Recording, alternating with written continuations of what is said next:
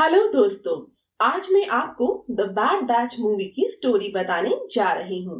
Movie की शुरुआत में हमें ये बताया जाता है कि क्रिमिनल्स को सोसाइटी में रहने का कोई राइट नहीं है और ऐसे लोगों के रहने के लिए एक जगह बना दी जाती है जो कि एक काफी बड़ा रेगिस्तान होता है और जो लोग बगावत करते हैं उन लोगों का नाम होता है बैड बैचेस और उनको एक स्पेसिफिक नंबर दिया जाता है ताकि उनको इजीली पहचाना जा सके।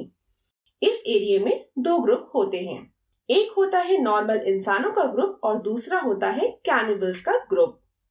हम देखते हैं कि कुछ पुलिस ऑफिसर्स एक लड़की को इस रेगिस्तान में छोड़कर चले जाते हैं और यहाँ पर हमें ये पता चलता है कि उस एरिया में मोर देन 500 लोगों को लाकर ऐसे ही छोड़ा जा चुका है। जिस लड़की को वहां पर लाया जाता है उसका नाम एडलन होता है। वो लड़की आगे बढ़ती है और देखती है कि वहां एक बोर्ड लगा होता है जिस पर एक वार्निंग लिखी है। एडलन उस बोर्ड को क्रॉस करके आगे निकल जाती है।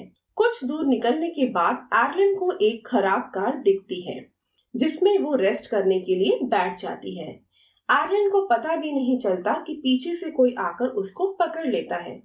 एडलन बचने की बहुत कोशिश करती है लेकिन बच नहीं पाती और पकड़ी जाती है। जब एडलन को होश आता है तो वो खुद को एक सुनसान जंगल पर पाती है जहां पर उसको दो फीमेल्स लेकर आई हैं। ये फीमेल्स कैनिबल लेडी होती हैं। वो लेडी कुल्हाड़ी से एडलन का एक हाथ और एक पैर काट देती है अपने लंच के लिए। क्योंकि रेगिस्तान में कुछ भी खाने को नहीं मिलता इसीलिए लोग कैनिबल्स बन जाते हैं, जबकि दूसरे लोगों का ग्रुप कंफर्ट जोन का होता है जो नॉर्मल लाइफ जीते हैं। जो कोई भी रेगिस्तान में आता था ये कैनिबल्स उसको पकड़ लेते थे और उसको अपना खाना बना लेते थे। ये कैनिबल्स खुद को काफी फिट रखते थे और अपनी हेल्थ का ख्याल रखते हैं। बहुत सारे लोगों को उन्होंने प्रिजनर्स बनाया होता है और जिनके हाथ पैर कभी भी काट कर ये अपनी भूख मिटाते हैं। एडलन भी उनकी विक्टिम बन जाती है। वो समझ जाती है कि इनकी कैद से बाहर निकलना बहुत मुश्किल है क्योंकि उसका एक हाथ और एक पैर भी कट चुका था, इसीलिए अब वो और मुश्किल में है। तभी एडलन को एक आइडिया आता है और वो अपनी बॉडी पर वेस्ट लगा लेती है। तब एक कैनिबल लेडी आती है उसकी बॉडी को क्लीन करने के लिए। वो जैसे ही उसको लेकर जाती है एडलन उस पर रॉड से वार कर देती है। एडलन उसको इतना इंजर्ड कर देती है कि उस कैनिबल लेडी की डेथ हो जाती है। एडलन क्रॉलिंग करते हुए वहां से भाग जाती है। फिर आगे जाकर उसे एक स्केटिंग बोर्ड मिलता है जिसकी हेल्प से वो वहां से भागने में सक्सेसफुल हो जाती है। डेजर्ट काफी बड़ा होता है और एडलन भूख और प्यास से थककर बेहोश हो जाती है। उसी डेजर्ट में तभी एक ओल्ड मैन एडलन के पास आता है और एडलन को कंफर्ट एरिया में छोड़कर वहां से चला जाता है। मूवी में फिर 5 महीने बाद का सीन दिखाया जाता है जहां कंफर्ट एरिया में एडलन का खुद का एक घर होता है। एडलन का एक आर्टिफिशियल पैर भी होता है। कंफर्ट ग्रुप के लोगों की लाइफ बिल्कुल नॉर्मल लोगों की लाइफ जैसी होती है। इसके बाद कैनिबल फैमिली दिखाई जाती है जिसमें फैमिली के हेड का नाम मियामी होता है जो अपनी बीवी और एक बेटी के साथ रहता था। मियामी एक बहुत अच्छा पेंटर होता है जो उस वक्त अपनी बेटी का स्केच बना रहा था। मियामी एक लड़की के पास जाता है जिसे उसने प्रिजनर बनाया हुआ है और वो उस लड़की को मार डालता है और फिर वो सब रात को उसका डिनर करते हैं। दूसरी तरफ हम देखते हैं कि एडलन अपसेट थी क्योंकि उसका एक हाथ और पैर नहीं था। वो सोचती है कि अगर उसका एक हाथ और एक पैर भी होता तो वो कितनी अच्छी लगती। इसीलिए वो कैनिबल से बदला लेने की सोचती है। वो अपने साथ एक गन कैरी करती है और वहां से निकल जाती है। मियामी मैन की वाइफ और डॉटर घर से कुछ दूर पुराने सामान में से कुछ सामान ढूंढ रहे होते हैं। तभी वहां एडलन आ जाती है और गन मियामी मैन की वाइफ के ऊपर पॉइंट कर देती है। मियामी मैन की वाइफ उससे कहती है कि उसे छोड़ दिया जाए क्योंकि उसने उसका कुछ नहीं बिगाड़ा, लेकिन एडलन कहती है कि उसने भी ठीक इसी तरह तुम कैनिबल से भीख मांगी थी और वो मियामी मैन की वाइफ को शूट कर देती है। ये सब उसकी डॉटर देख रही होती है लेकिन कुछ बोल नहीं पाती। एरलिन को उस लड़की पर तरस आ जाता है और वो उसे नहीं मारती। एरलिन उस लड़की को अपने साथ कंफर्ट एरिया में ले जाती है। इन दोनों को कंफर्ट जाते हुए वो अकेला आदमी देख लेता है। वहां उस लड़की को एक रैबिट पसंद आता है, तो एरलिन उसको वो रैबिट खरीद कर दे देती है। दूसरी तरफ मियामी अपनी बाइक पर अपनी वाइफ और डॉटर को ढूंढने निकलता है और वो देखता है कि उसकी वाइफ को कौवे खा रहे हैं और उसकी बेटी भी वहां नहीं होती।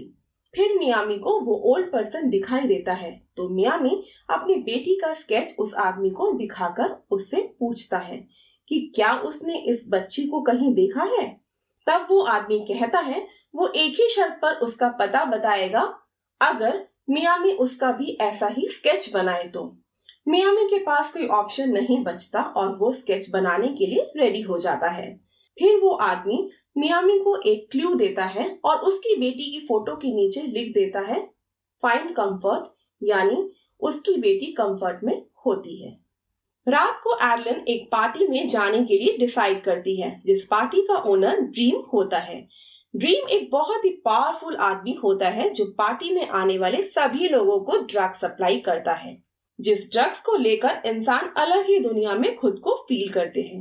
एरलिन भी एक ड्रग ले लेती है और खुद को एक अलग ही दुनिया में फील करती है। उधर मियामी की बेटी अपने रैबिट को पकड़ते पकड़ते पार्टी से बाहर कुछ दूर निकल जाती है, तो वहां से ड्रीम उसे अपने साथ अपने घर ले जाता है। एरलिन बच्चे को ढूंढते हुए कंफर्ट से बाहर आ जाती है। एरलिन का माइंड किसी और ही डायरेक्शन में चला गया था और उसको ये भी पता नहीं चलता कि मियामी उसके पास ही खड़ा हुआ है।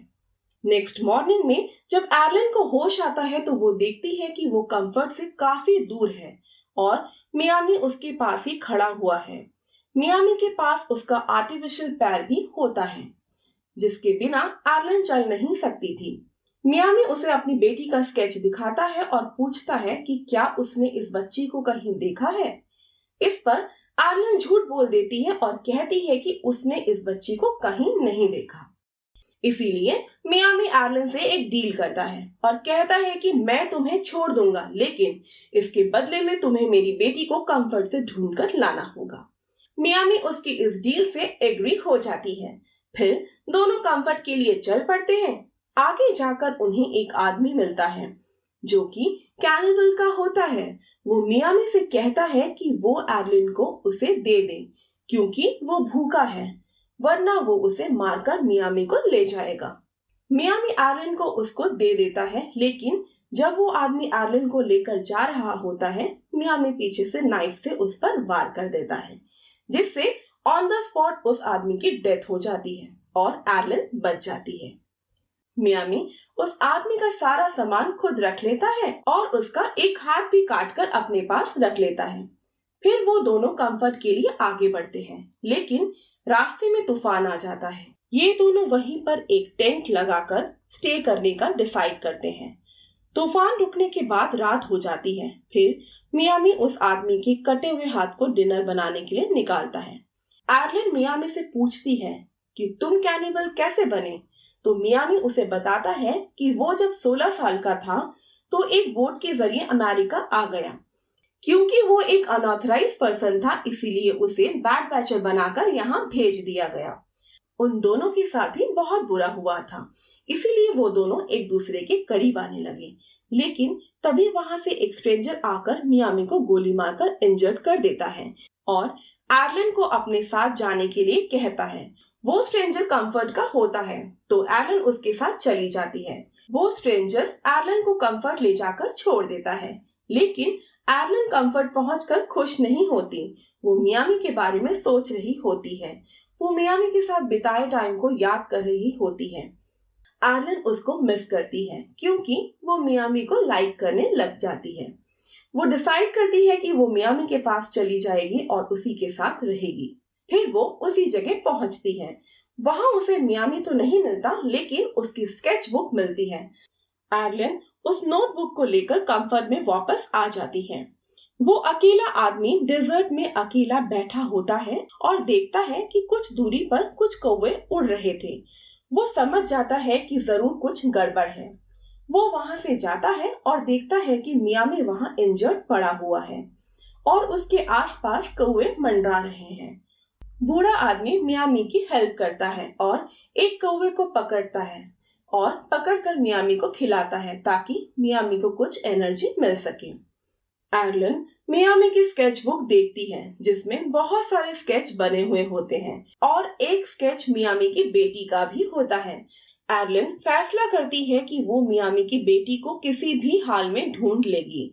वो मियामी की बेटी का स्केच लेकर कंफर्ट में सब लोगों से पूछ लेती है, लेकिन किसी ने भी बच्ची को नहीं देखा होता।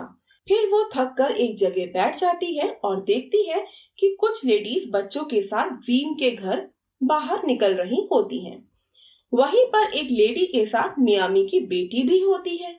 यहाँ पर ये पता चलता है कि ड्रीम ने मियामी की बेटी को अडॉप्ट कर लिया था क्योंकि ड्रीम के खुद का कोई बच्चा नहीं था।